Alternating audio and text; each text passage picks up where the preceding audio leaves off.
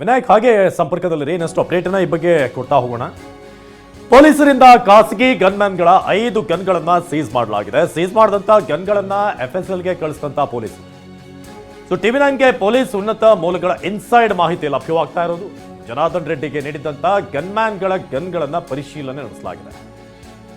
ಹಾಗೆ Reddy ಗನ್ಮ್ಯಾನ್ಗಳ bullet fire ಆಗಿಲ್ಲ ಅನ್ನೋ ಮಾಹಿತಿ ಕೂಡ ಸಿಗ್ತಾ ಇದೆ. ಪ್ರಕರಣದ ತನಿಖೆಯನ್ನು ಚುರುಕುಗೊಳಿಸಿದ್ದಾರೆ ಬಳ್ಳಾರಿಯ ಪೊಲೀಸರು. ಯಾವುದು ಗನ್ ಇಲ್ಲ ಅಂತ ನಮ್ಮ ಸ್ಥಳೀಯ ಅಧಿಕಾರಿಗಳು ಹೇಳಿದ್ರು. ಮತ್ತೆ ಅದನ್ನು ಇನ್ನೂ ತೀವ್ರವಾಗಿ ತಪಾಸಣೆ ಮಾಡೋಕ್ಕೆ ಹೇಳಿದ್ವಿ. ಈಗ ಎರಡೂ ಕಡೆಯವರು ಯಾರ್ಯಾರು ಗನ್ಮನ್ಗಳಿದ್ದಾರೆ ಅವರು ಎರಡೂ ಕಡೆಯವ್ರದ್ದು ಗನ್ಗಳನ್ನ ಸೀಸ್ ಮಾಡಿ ಅದನ್ನು FSL ಕಳಿಸಿ ಅದು ಯಾವ ರೀತಿ ಮುಂದೆ ತನಿಖೆಯಲ್ಲಿ ಏನು ರೀತಿ ಬರುತ್ತೋ ಅದ್ರ ಪ್ರಕಾರ ಮುಂದೆ ಕ್ರಮ ತೊಗೊಳ್ತೀವಿ ನಾವು. ಅವ್ರ ಕಡೆಯಿಂದ ಯಾವುದು ಗನ್ ಇಲ್ಲ ಅಂತ ನಮ್ಮ ಸ್ಥಳೀಯ ಅಧಿಕಾರಿಗಳು ಹೇಳಿದ್ರು. ಮತ್ತೆ ಅದನ್ನು ಇನ್ನೂ ತೀವ್ರವಾಗಿ ತಪಾಸಣೆ ಮಾಡೋಕ್ಕೆ ಹೇಳಿದ್ವಿ. ಈಗ ಎರಡೂ ಕಡೆಯವರು ಯಾರ್ಯಾರು ಗನ್ಮನ್ಗಳಿದ್ದಾರೆ ಅವರು ಎರಡೂ ಕಡೆಯವ್ರದ್ದು ಗನ್ಗಳನ್ನ ಸೀಸ್ ಮಾಡಿ ಅದನ್ನು FSL ಕಳಿಸಿ. ವಿನಾಯಕ್ ಸ್ಥಳದಿಂದ ಹೆಚ್ಚಿನ ಮಾಹಿತಿಯನ್ನು ಕೊಡ್ತಾ ಇದ್ರು. ವಿನಾಯಕ್, ಈ ಬಂದೂಕು ಸಂಸ್ಕೃತಿ ಇದೆಯಲ್ಲ, ಇದು ಒಳ್ಳೇದಲ್ಲ. ಯಾಕಂದ್ರೆ ರಾಜಕಾರಣ ಅಂತಂದ್ರೆ ಇರುತ್ತೆ.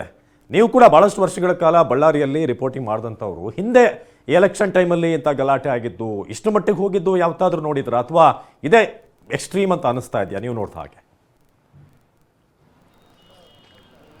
ಹಿಂದೆ ನಿಜಕ್ಕೂ ಕೂಡ ಗಲಾಟೆಗಳಾಗ್ತಾ ಇತ್ತು. ಆದರೆ ಈ ರೀತಿಯಾಗಿರ್ತಕ್ಕಂಥ ಓಪನ್ ಫೈರಿಂಗ್ ಆಗಿರುವಂಥದ್ದು ಘಟನೆ ಬಳ್ಳಾರಿಯಲ್ಲಿ ನಡೆದಿರಲಿಲ್ಲ. ಹಿಂದೆ ನಾರಾಯಣ ರೆಡ್ಡಿ ಅವರು ಶಾಸಕರಿದ್ದಾಗ ಆ ಟೈಮಲ್ಲಿ ಒಂದು ಫೈರಿಂಗ್, ಅದು ಏರ್ ಫೈರಿಂಗ್ ಆಗಿತ್ತು. ಆದರೆ ಈ ರೀತಿಯಾಗಿ ಒಬ್ಬ ವ್ಯಕ್ತಿ ಮೇಲೆ ಫೈರಿಂಗ್ ಆಗಿರ್ತಕ್ಕಂಥ ಘಟನೆ ಈವರೆಗೂ ಬಳ್ಳಾರಿಯಲ್ಲಿ ನಡೆದಿರಲಿಲ್ಲ. ಆದರೆ ನಿನ್ನೆ ನಡೆದಿರ್ತಕ್ಕಂಥ ಘಟನೆಯಲ್ಲಿ ನಿಜಕ್ಕೂ ಕೂಡ ಓರ್ವನ ಸಾವಾಗಿರುವಂಥದ್ದು, ಜೊತೆಗೆ ಜನಾರ್ದನ್ ರೆಡ್ಡಿ ಅವ್ರನ್ನ ಗುರಿಯಾಗಿಸ್ಕೊಂಡು ಏನು ಫೈರ್ ಕೂಡ ಮಾಡಿರುವಂಥದ್ದು. ಅದಕ್ಕೆ ಸಂಬಂಧಪಟ್ಟಂತೆ ಏನು ಯಾವಾಗ ಫೈರ್ ಆಯಿತು, ಇತ್ತಾಗ ಅದು ಕಾಂಗ್ರೆಸ್ನ ಶಾಸಕ ಆಗಿರ್ತಕ್ಕಂಥ ಭರತ್ ರೆಡ್ಡಿ ಅವರು ಆ ಕಾರ್ಯಕರ್ತನ ಸಾವಿಗೆ ನೇರವಾಗಿ ಜನಾರ್ದನ್ ರೆಡ್ಡಿ ಅವರು ಕಾರಣ ಅಂತೇಳಿ ಆರೋಪ ಮಾಡಿದರು.